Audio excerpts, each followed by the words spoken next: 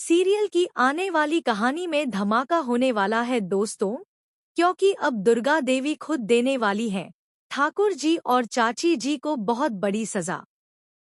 वजह साफ है, इन्हीं दोनों ने आहान और तीनों बहुओं को घर से बाहर निकालने की साजिश रची थी। यह सिर्फ एक घर की दास्तान नहीं है, बल्कि उस आंगन की कहानी है जहां बाहर से सब कुछ चमकता दमकता था, लेकिन भीतर लगातार तूफान उठ रहा था। ये कहानी है चार बहुओं की आहाना, अलका, कनिका और रश्मि। चारों अलग अलग स्वभाव की, चारों की सोच अलग, लेकिन जब बात आती है परिवार की इज्जत और मांझी दुर्गा देवी की प्रतिष्ठा की, तो वे सब एकजुट हो जाती है। आहाना हमेशा से परिवार की धड़कन रही है, शांत लेकिन मजबूत। उसका मानना था कि परिवार तभी टिका रहता है जब उसमें एकता और समझदारी बनी रहे।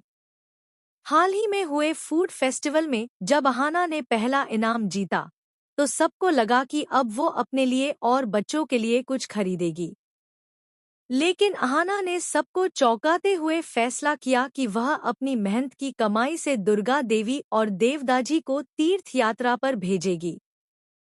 उस दिन जब मांझी यात्रा पर गईं, तो उनके चेहरे पर जो गर्व और खुशी थी, वो देख घर की नींव और मजबूत हो गई।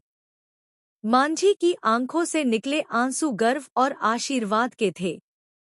उन्होंने मन ही मन सोचा, मेरी बहुएं, मेरी बेटियों से भी बढ़कर हैं।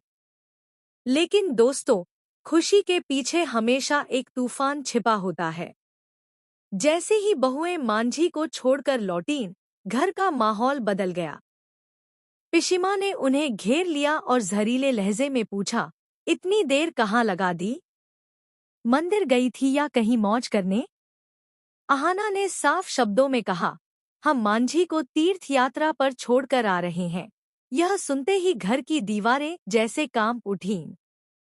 भीष्मा गुस्से से चिल्लाई, इतना बड़ा फैसला लेने की हिम्मत किसने दी तुम्हें? तभी सामने आया पोल्टू। उसका चेहरा गुस्से से लाल था। उसने गरजते हुए कहा, बहुत हो गया। अगर तुम बहुएं इसी तरह मनमानी करोगी तो इस घर में तुम्हारी कोई जगह नहीं। निकल जाओ सब। लेकिन दोस्तों, आहाना चुप बैठने वालों में से नहीं थी। उसने पोल्टू की आंखों में आंखें डालकर कहा, यह घर मांझी का है, दुर्गा देवी का है। हमें निकालने का हक सिर्फ उन्हें है, तुम्हें नहीं। पोल्टू को लगा उसकी धमकी से सब डर जाएंगे, लेकिन आहाना